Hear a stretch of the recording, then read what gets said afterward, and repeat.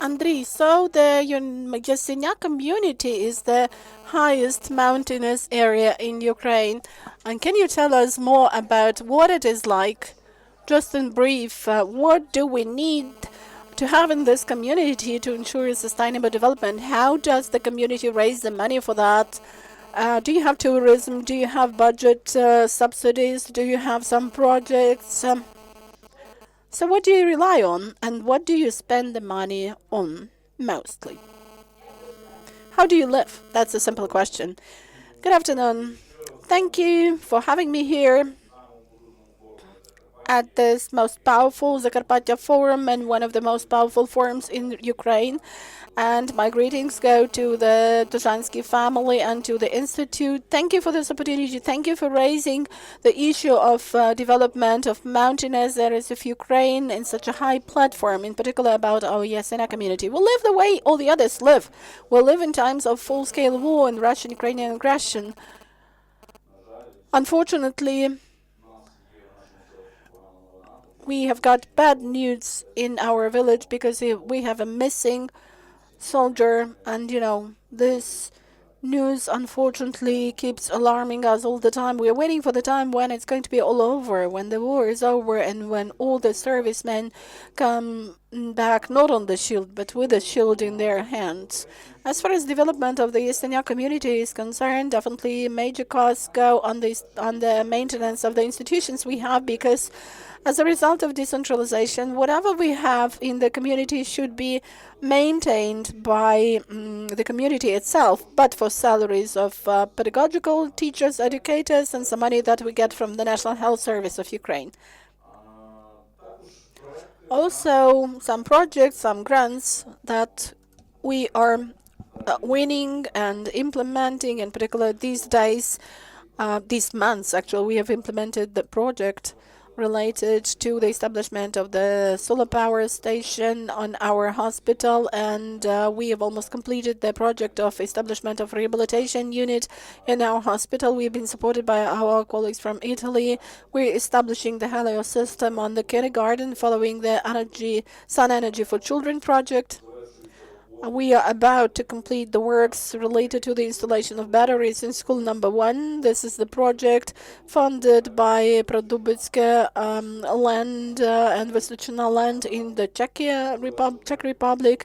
We have completed the project of the Ukrainian Cultural Fund. I will share more information on this project, and definitely development of the community also depends on the strategic things the community is doing.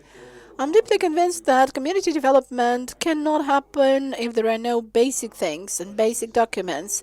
In the first months when I got down to performing my work in December last year, we submitted the documents for the competition for community development. And Yuriy project selected us, and thanks to their experts, we managed to write the first fundamental document that every single community should have, because there should be community development strategy. Those strategic things need to be on paper, and they need to be developed with engagement of the society. And by the way, everyone in the community could join in the process of that strategy development by just filling out a Google form on our website. That is a priority document for us, and within this document, tourism and recreation is a priority for our community.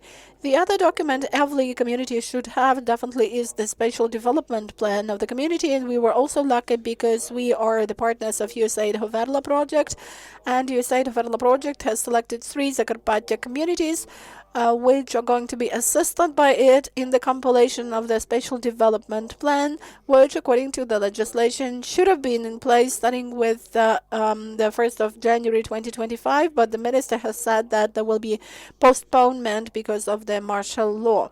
So these are the 2 fundamental basic documents every community should have, and it is on the basis of those documents that the community is supposed to develop sustainably for the investors to be able to see in open data sources what Yasinya stands for. And this is Hoverla and Petro, so that the rivers, the mountains that are located. This is the beginning of the river of Tisa. These are waterfalls. That is the high mountainous resort, Dragobrat. This is also the craft mineral water capital of Ukraine, Kosy, where we have more than 600 craft products manufactured. So Yasinya, the same as other communities, should be developing on the basis of these two documents, on the basis of the pillars that we have, and definitely we need to raise some investment because the things that work on paper definitely demand funding. So one of those pillars, one of those priorities is tourism. Yes, this is our priority for development number one. And hence, let me have the next question. When the Svydovets project popped up, we understand that it has been expanded after that, and we have got three projects, Svydovets, Turbat, and Bystrici. But when this project appeared, your community and the neighboring community actually put everything on stake within that project because you expected that this project would really ensure some investment, some funding, some development for the community. Well, so far we can see that the project has been put on hold because there is the court of the the case of the, or the decision of the Supreme Court that granted the petition of Free Svydovets Group. So do you still expect that this project will really matter for your community? The projects having as a plan construction of resorts in your community. Well, thank you for the question. I think that such discussions should be held before the court decision appears. And it is only one platform, Reopen Zakarpattia, that discussed the development of mountainous areas from year to year. Unfortunately, we didn't have any other platforms. We tried to create one platform in the Yasinya community, but we didn't have any expert in ecology, in the environment, who came, and it was difficult to have a discussion. Now we unfortunately have this court decision that cancels everything, and I will try to comment upon the norms of one of the norms of that the court decision a little bit later. But well, it's all over. I will not speak about the neighboring community because it has its own head, and I have to care for my own community primarily. What I can definitely tell you is something I've already mentioned. We will still move forward on the basis of the strategic documents. And if our priority is tourism, that means that we will develop tourism. But you should realize that mountainous areas and communities like ours are developed as limited as far as their development is concerned. We've heard a lot of things about development of Zakarpattia region. The Zakarpattia region is the leader of relocation, but it's not about the communities located in mountainous areas. Have you got any relocated businesses in your community? No, definitely not, because relocated business needs areas, industrial areas, and where will you find industrial areas in the mountains, on the peaks? It's not possible. That's why mountainous communities are limited as far as their directions of development are concerned. We cannot have an industrial park, which would be a progress for any community. We cannot do this. We are limited in terms of the vectors of our development, but we are also worth developing. We also want to have investors in our communities. We also want to have jobs. Today, we've been talking a lot about integration, IDPs, but the best integration of IDPs is about jobs. Even in our small community, together with the charitable foundations and the employment center, we are employing IDPs to do some public works, and they weave some camouflage nets and do some sewing for servicemen. And in that way, we kind of integrate rather our guests into our community. But that's our limit as compared to other communities. That's why we are looking for ways to attract investors. But investors are not knocking on the door of the town mayor or village head. Investors go where they find favorable conditions, where they are heartily invited, and where they have some opportunities for investment. Thank you. Let's move on and let's proceed with Mr. Testov. You are the representative of the other camp, so to say. So Petro, today you're representing Free Svydovets movement here. You're on the other side of the barricades, and Free Svydovets is the movement that was launched 5 years ago, when this so-called Svydovets case appeared. Many people who did not belong to the communities where the resort was supposed to be located said that this will be more to the damage than to the positive things, and they were talking about water resources, about deforestation and other things. And then there came the court proceedings, which was finally completed this year. But over that period of time, the movement and its experts in two communities were perceived not somewhat ambiguously. Maybe I'm wrong, but I think that communities actually think that you keep investors from coming there with large amounts of money. Is it really true? Are you the barrier for the development of those communities or not? And suppose any NGO starts protecting nature and ecology, does it mean that this organization is the enemy for local residents? Immediately becomes the enemy. Well, enemy in inverted commas. Thank you, Petro. So please, and then you will comment. Ecologists and people working with nature conservation are not our enemies. We have only Russians who are our enemies.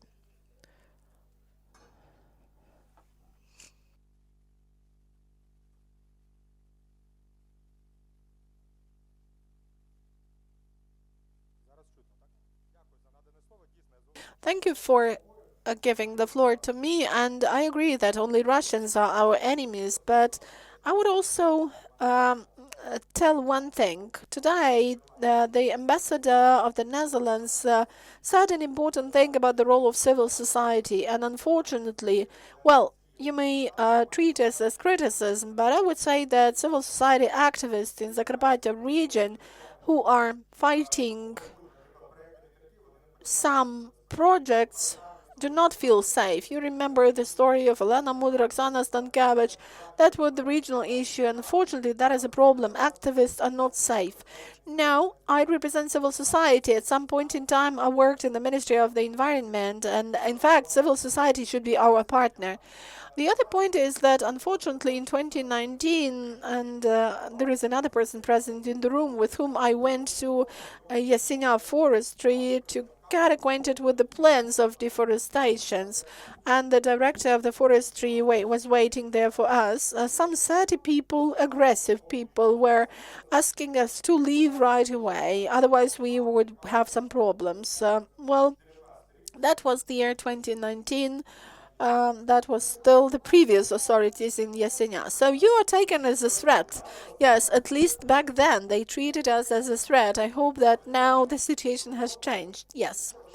Another important aspect to be mentioned is that Ukraine cannot exceed the EU without the Zakarpattia region. The Zakarpattia region cannot exceed the EU without Ukraine.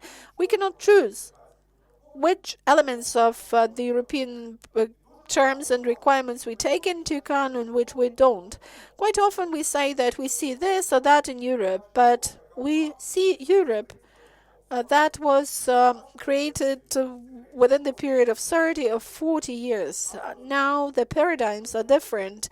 You have mentioned Green Deal, but Green Deal is not only transferring to RES, it's also biodiversity strategies, a law on the eradication of deforestation, and this year in the summer the new law on nature recovery has been adopted.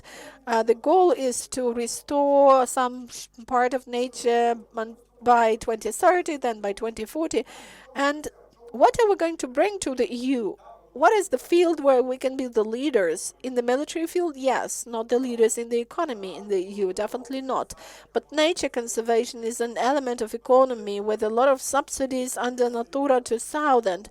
And the EU budget includes ecosystemic services. They really take into account how much water is accumulated by marshes and how much carbon dioxide is absorbed. And all the member states have to report that they have more insects and birds from year to year. And Ukraine could be a leader in Europe as far as nature conservation is concerned, and then the money is spent by the EU member states on recovery of nature could actually be transferred for the support of the communities that have managed to conserve their nature.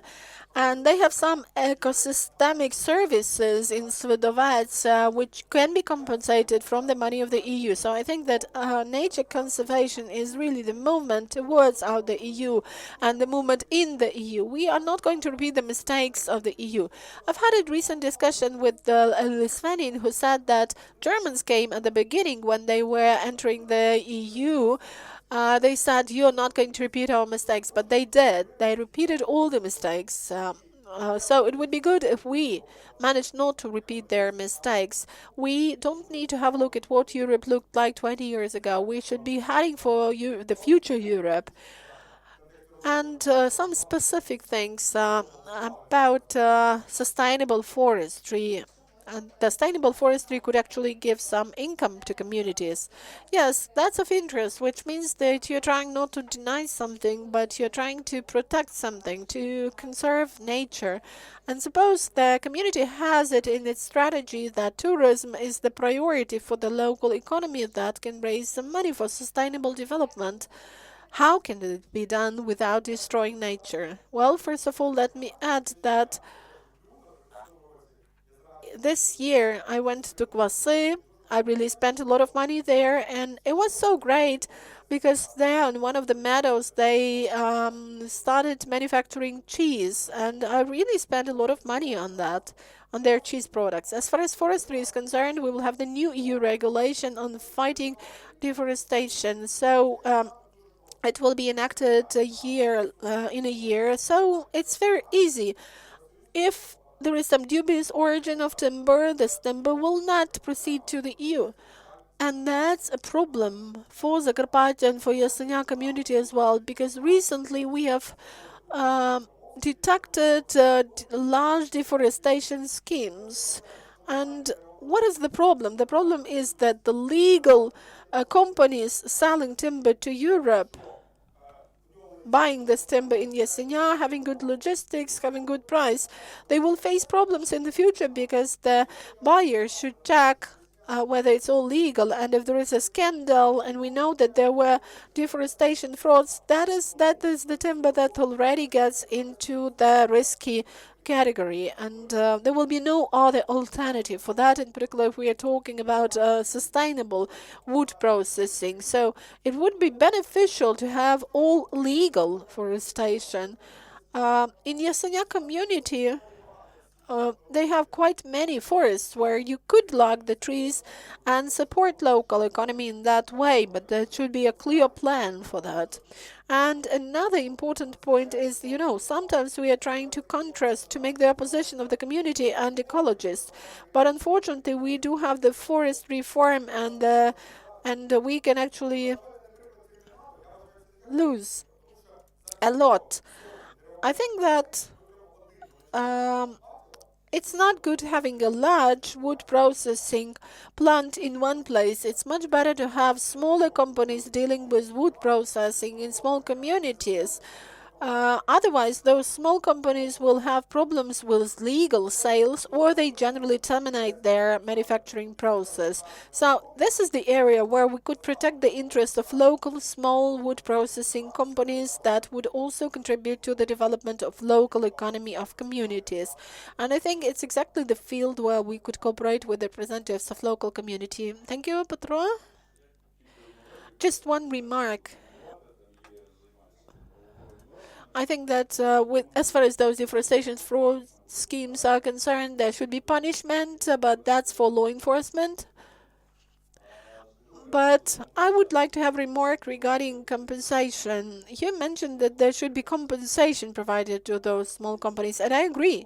It seems to me that 5 years ago, the principle of reimbursement or compensation was introduced in Ukraine for nature conservation parks, which are compensating the money for the area to communities. It's called the land tax for nature conservation areas, but the principles is not followed because we've got high amounts of debt. The Carpathian Biosphere Nature Conservation Park has a debt of more than 12 million hryvnias to our community. So this principle is not followed. And another problem is with the lands that belong to that biosphere nature conservation complex. They have not been registered. The areas have not been registered. There are no documents, which means that the contribution to our budget is lower. So problems seem to be everywhere. But let's go over to our online speaker, Ihor Melnychuk, who is the head of Association of Local Self-Government Bodies of Zakarpattian region. And my question to you is about one of the projects which is currently spoken of. It's like the continuation of Bukovel to Zakarpattia, which is supposed to unite the communities located on the border between Zakarpattia and Zakarpattia. As far as I know, local communities lay a lot of expectations on this project in terms of sustainable development of communities. Maybe you've got more information about what expectations may be led on that project, what are the pros and cons of the project. And here is another question. Last year in 2023, we faced a paradox. Ivano-Frankivsk region unexpectedly gave lower taxes on tourism than Zakarpattia, in spite of the fact that Ivano-Frankivsk has Bukovel resort. Zakarpattia region doesn't have such high-level resorts. So maybe your calculations in that strategy were wrong. Maybe those gigantic resorts do not give the money you expect in terms of taxes paid to the budget. Thank you. Thank you, Tetyana. Welcome, dear participants, dear hosts. First of all, let me express my gratitude to the organizers, and I would like to draw attention to one fact. That we are staying here thanks to the defenders who are defending our country, and they also defend the economy of the country. Well, all the other things are not that important, like pension, healthcare, public authorities. Well, that is something that exists thanks to our partners and our donors. And we should focus on the fact that sustainable development is a very good thing. It's approved by the UN, but ideally, there is no sustainable development. That is an axiom by itself. And suppose we do have the economy, then we may spend less effort on the economy or vice versa. That's true, and that's why we need to prioritize our strategies and to work with the communities that are working on the preservation. Because for local self-government bodies, we see many challenges. We've got different changes in terms of tax payments to the local budget, and that reduces financial capacity for our local communities. That's why communities have their priority to take care of their economy. If you're asking about the Bukovel resort, let me comment, because I'm myself from Ivano-Frankivsk region, from Kolomyia. I like skiing, and I was watching the whole process of Bukovel construction. So in 2000, two firms, one Canadian and one Austrian, were designing that resort, and one of the companies was arranging the slopes and all the engineering infrastructure for skiing, while the Canadian company was developing the strategic plan for the development of the sub-region, because Bukovel is a point of economic growth. the policy of regional point of regional development, but actually that is the regional importance resort, and its tourist capacity is 20,000 people. It's developing in the economical sense, and it's the one of the largest resorts in Eastern Europe. That's a lot of investment into Zakarpattian region for 20 years. The capacity was built over those years. We have Yaremche, Borochta, Delyatan, and some other cities that also enjoy the benefits. But I should stress that there should be cumulative effect from that investment, and we can see it at the example of Slavsko. We also will have a resort there that will be a seasonal resort for skiing. As far as I understand, there is 1 billion of money that will be raised from public investment and for development projects, and there are also about $500,000 of their own investment. But here we are talking about resource capacity. And it's really true that mountainous areas are limited in terms of the window of opportunities. They lack communication, they lack infrastructure, they have problems with healthcare, with education. Those communities are limited in terms of their economic growth. And that's why when they choose tourism as a priority for their development, I understand why they do it.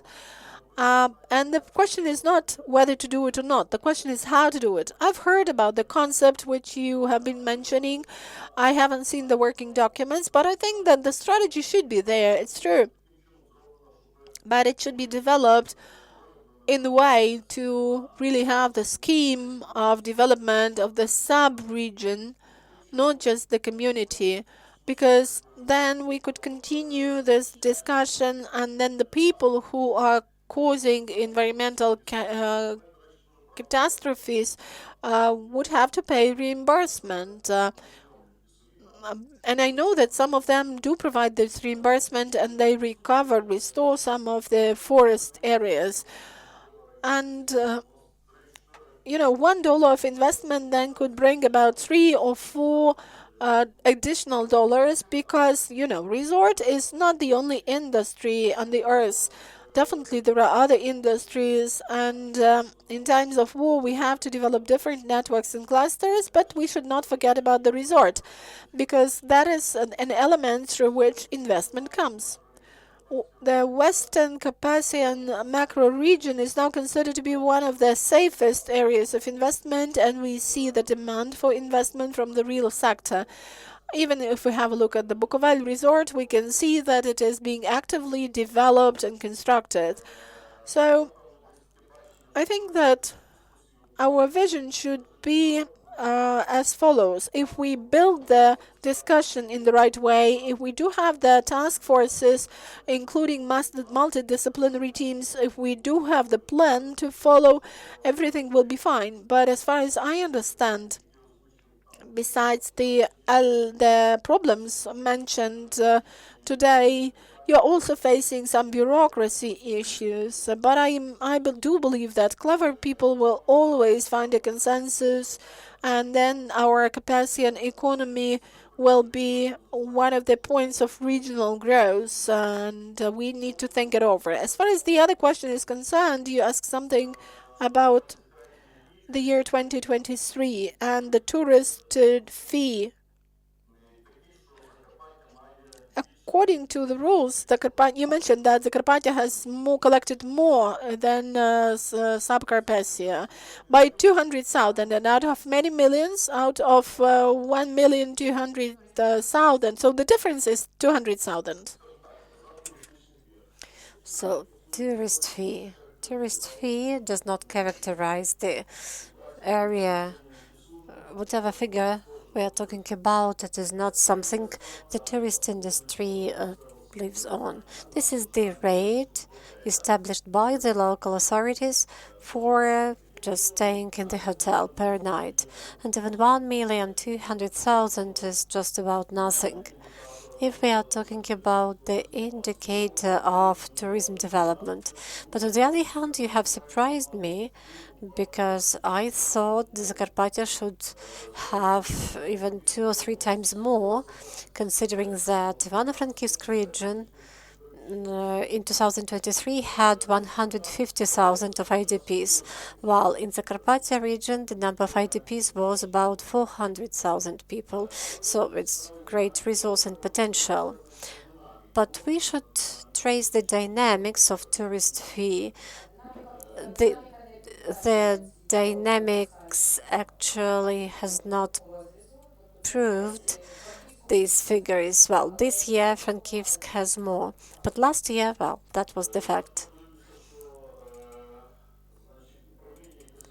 I see that the Department for Tourism and Resorts in the Zakarpattia region has provided the figure of 18 millions.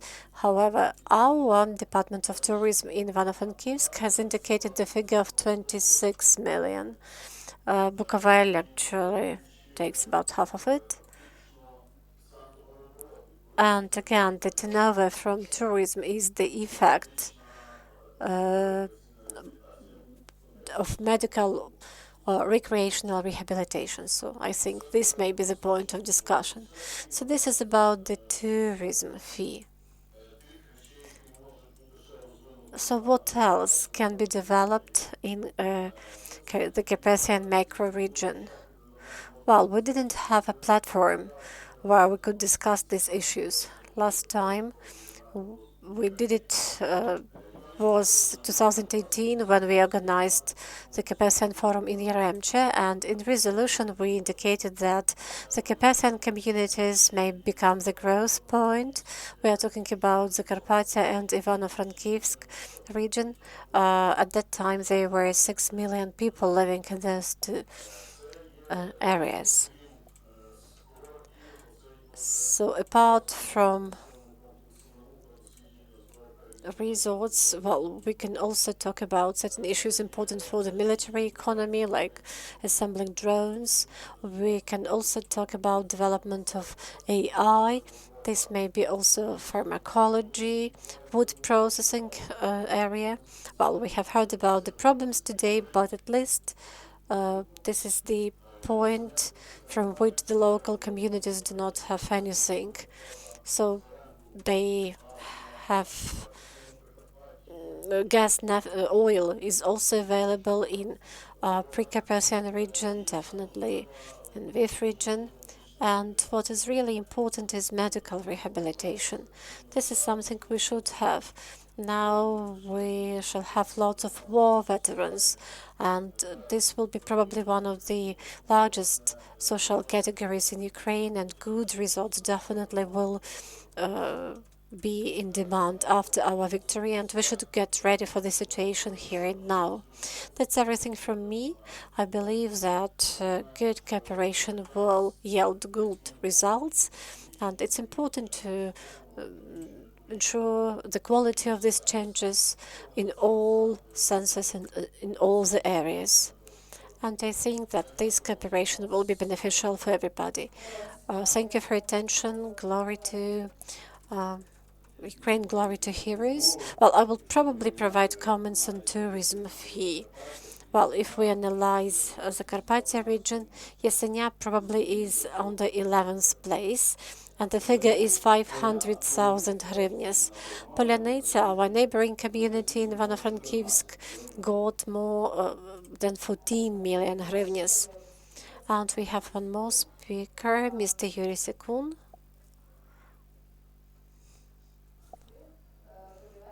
Good evening. Yuriy, you actually represent the growth, the point of growth in Yasinya. Unfortunately, we cannot use the term sustainable development because Dragobrat resort has some problematic issues with unauthorized construction, and the road, the infrastructure is also a problematic point. But anyway, we are talking about some business, some jobs created there. So could you please tell us, is it possible to make Dragobrat resort the point of sustainable development and growth? I would probably tell you how we see Dragobrat now. There are about 80 like rest houses or 80 resorts, well, about 100. And they can host at the same time about 3,000 or up to 5,000 people. You even have some data. Just not all the resorts function on a regular basis. Also, we have special areas, skiing areas, and the general length of skiing routes is about 10 kilometers. Dragobrat usually is discussed as the illegal construction area, but a long time ago we had the master plan of resort development. Later, this plan was used in the process of purchase and sale of land plots, and certain areas were allocated even in the center of skiing routes. And the inspection existing at that time didn't check whether the construction met certain targets. The same story actually could appear, could still exist if the Supreme Court of Ukraine didn't cancel the decision of our local authorities about Svydovets.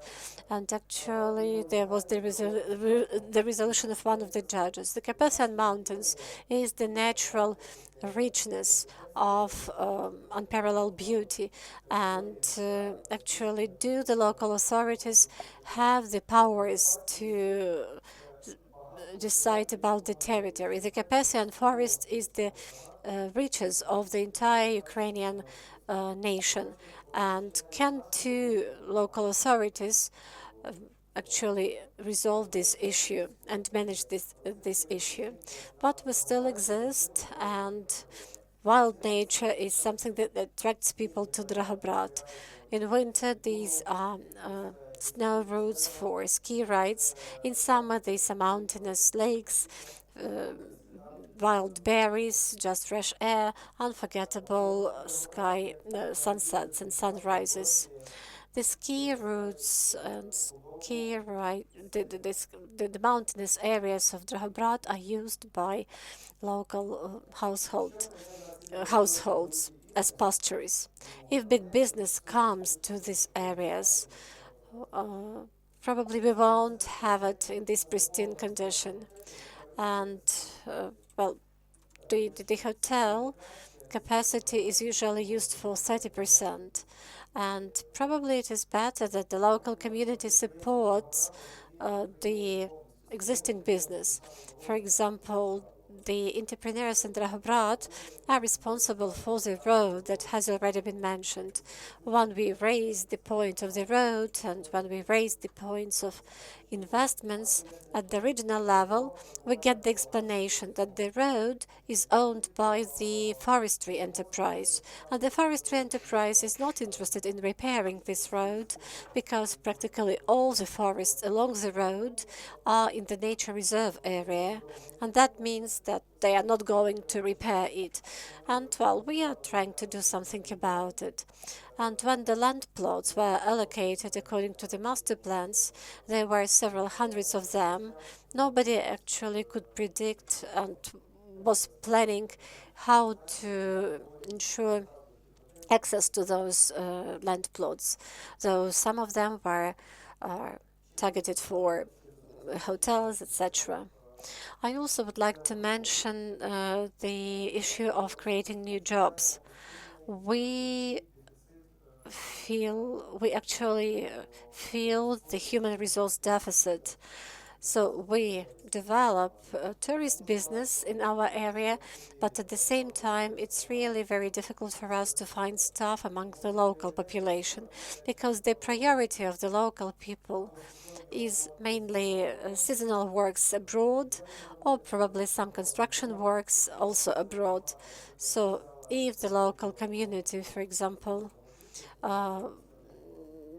works with the strategy of local business development, then probably we should also address the issue of vocational education in regarding this. It doesn't mean that we should open our own colleges, but probably we should sign agreements with the colleges of HoReCa, which are located nearby. For example, in Ivano-Frankivsk, there is a college of hotel and restaurant business. And in 2013, 2014, we managed to invite students on the internship, and later they were employed in our area. Then after this time, this college made agreements with Turkish and Egyptian firms, and we do not have even students for the internship. Thank you very much, Yuriy. We still have some time, and we asked Petro and Andriy to prepare some questions. So here is your time. So this is a sort of a battle, right? Well, I would like to respond to the head of Dragobrat Association, Mr. Yuriy. We have to be honest. We have a very distinguished and respectful audience, so we cannot lie to this audience. When I became the head of the village council, already on the second month, I was talking to Dragobrat business representatives about the issues, about the problematic issues. For example, taxes. Dragobrat has never been paying such a tax as tourist fee, and we started teaching those people, those entrepreneurs from Dragobrat, about these things. And their first request was, please introduce the same rate as in Bukovel and we shall pay. So we followed your advice and we reduced the rate. Did you listen to us? Did you hear us? No. And even your hotel, and it has 50 beds, right, 50 places, paid only 12 months of tourist fee for a year. And that means that probably, judging on this figure, you have been functioning only for 12 days. Excise tax from selling alcohol, 0. Income tax, 0. And, well, it's only about the land. So it looks like people do not buy alcohol, do not drink alcohol, and all those employees are not official employees. So we have to be honest. Roads. Definitely Dragobrat has certain issues here, and this chaotic construction actually happened before I occupied this position. And for example, during the first meeting, I said, we are going to repair this road. People were just laughing at me because there were lots of people like me saying the same thing. Well, like deputies, local deputies, MP, etc. But we really started doing this road, and we managed to circumvent some problematic issues. For example, there are river areas, there are some areas where there are some landslides, and again, we even planned the parking lot. So we have managed to do a lot.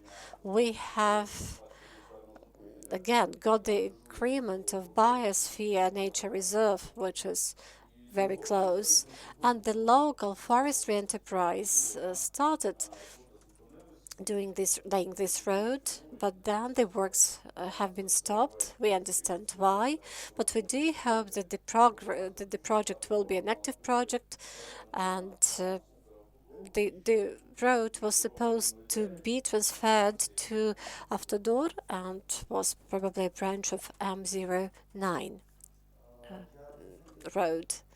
I will respond. Talking about taxes. Well, you have been talking about responsibility for illegal deforestation.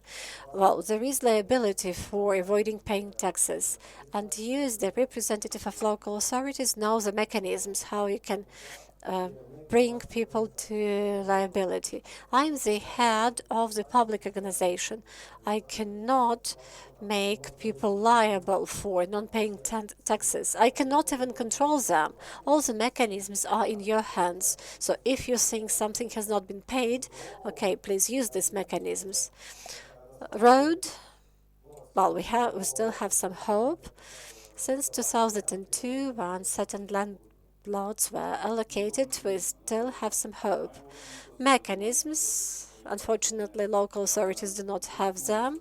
Decentralization does not cover the tax issues and tax administration issues. So, well, local, well, unfortunately, so far we have not those powers, but we have some promises that the tax code will be decentralized and then the local communities will have those powers. And we'll also give the opportunity to ask a question to Petro Testov. One remark. We'll fund the social expenditures from the European funds. And, well, Ukraine facility is the plan from which we are funded. And it clearly states that it should meet the principle, do not make significant harm. So this is the EU document. So economy and ecology go hand in hand. Coming back to deforestation. The deforestation we're talking about was so large scale and it lasted for a year. So it brought environmental losses, economical losses, because if this deforestation was official, there would be taxes and so on and so forth. And, well, in the mountains, it is impossible to cover up illegal deforestation.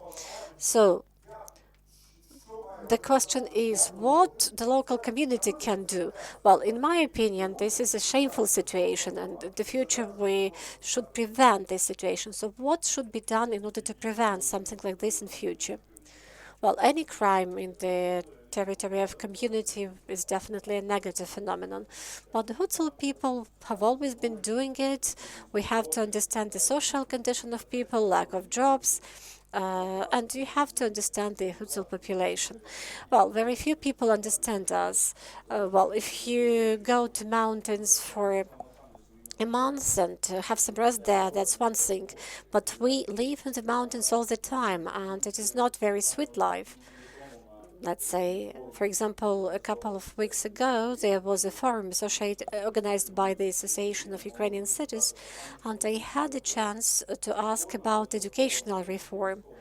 And it does not address the needs of mountainous areas. And I just asked the local deputies to leave at least one day from the life of a school children, to wake up at 5 o'clock, to walk several kilometers to school when there is no road, then come back. And then probably you understand why mountainous areas require a special approach. Again, talking about deforestation, there are special authorities that are supposed to control it and to inspect it. We didn't have any rent, but then we have 40 million of environmental losses identified by environmental inspection.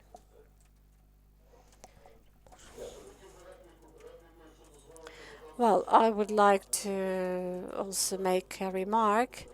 I would like to respond. Well, we just thought you were not online.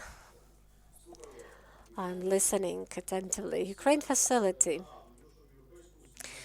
The European Union, and everybody understands it, there are 7-year programs. So there is a 7-year program of EU development, 2020-2027. If Ukraine becomes the member of the EU community, Ukrainian communities will have access to the structural funds of the EU. So they allocated those 50 billion for Ukraine.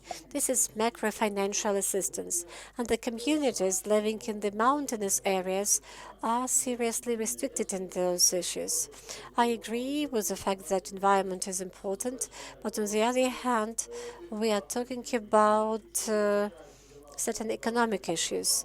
If we state that, let's say, a conditional frog is more important for us in Svydovets than people living here, uh, then we should just admit it. If not, then probably the discussion should not be about to do or not to do, but about how to do it in order to meet the interest of all the participants. That was my short comment on Ukraine facility. Thank you very much. And I would probably draw your attention to the fact that all the Ukrainian communities are free and equal in terms of their development. I'm talking, so when we are talking about the area of development, this is something that the community should decide. But the state should set some boundaries, should set some indicators, inspections, and controls. But communities should be independent regarding their development, because nobody is more interested in preserving the mountainous area as the Hutzul people living there. Nobody else was preserving those areas, but for these people living there who actually were all the time living in those mountainous areas, developing sheep farming and many other types of farming.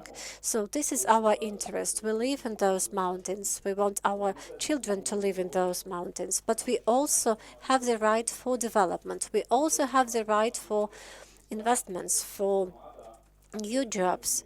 And my dream is that my community is financially stable and independent. And it's really a pity when the answer we have, you cannot do it. You cannot develop tourism, you cannot do deforestation.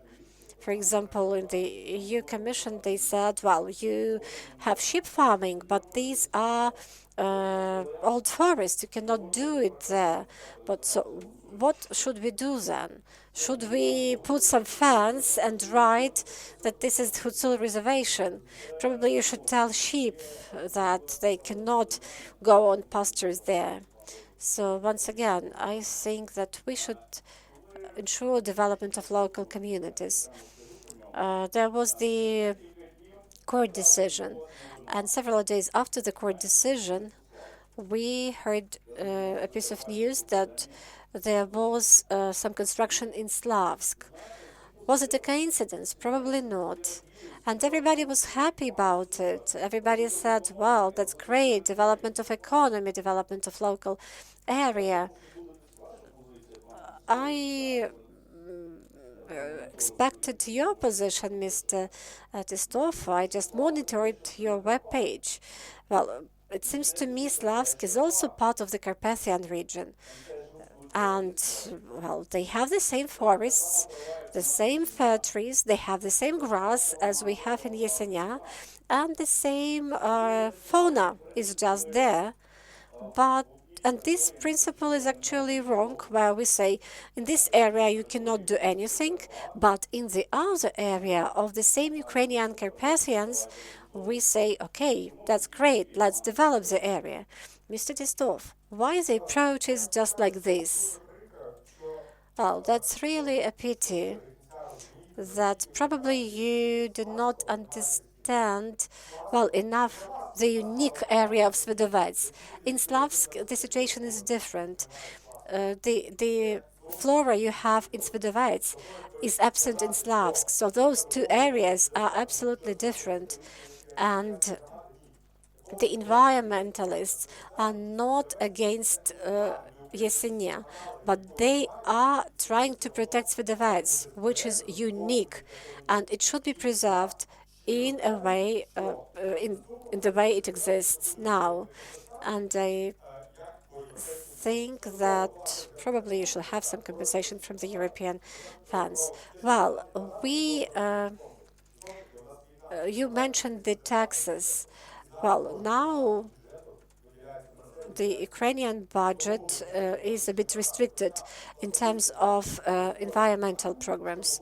And I was actually protecting the issue that the land tax should be compensated because, well, this is really a just mechanism. But unfortunately, the communities are not getting this land tax, and again, these are the costs from the budget. We are talking about expenses quite often, but who would ever think about the income of the budget, which is supposed to finance all those costs? It's a real problem because you just take it from another pocket and you put it into the other pocket, and you already consider it to be income. It's not income. We should apply a different approach. You know, it was the grass in the area where I was born. So for me, this grass and those areas are really important. And let me have one quick remark regarding the court decision. I would ask the lawyers to read the case and the dissenting opinion.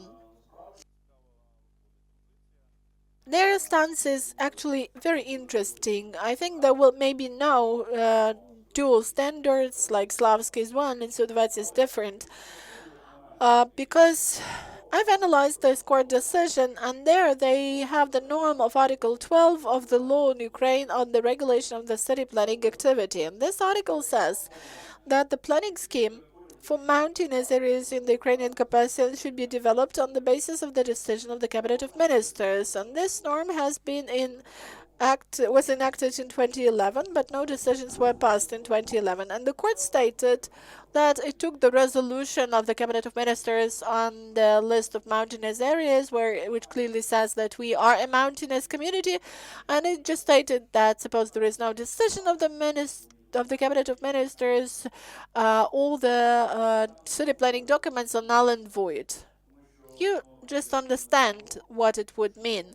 This norm has been in effect starting with 2011, and as the court decision, if it is used as a precedent, it can be used for any part of the Ukrainian Carpathians later. We were supposed to also have some questions from the audience, but unfortunately, well, because of the delays in our schedule, we are really pressed for time. So thank you, dear panelists. Thank you, dear colleagues. Thank you for the ideas that have been mentioned here, professional ideas, very apt ideas. And I think that we have all been honest. I don't live in Yasinya. I sometimes go there, of course, just to admire Svydovets, to admire nature and all those things that you have, because we don't have them. I really wish that your community preserves all those things, and I really want you to have this pillar to rely on, because we all want to have a decent life, including mountainous areas. So good luck to you with this.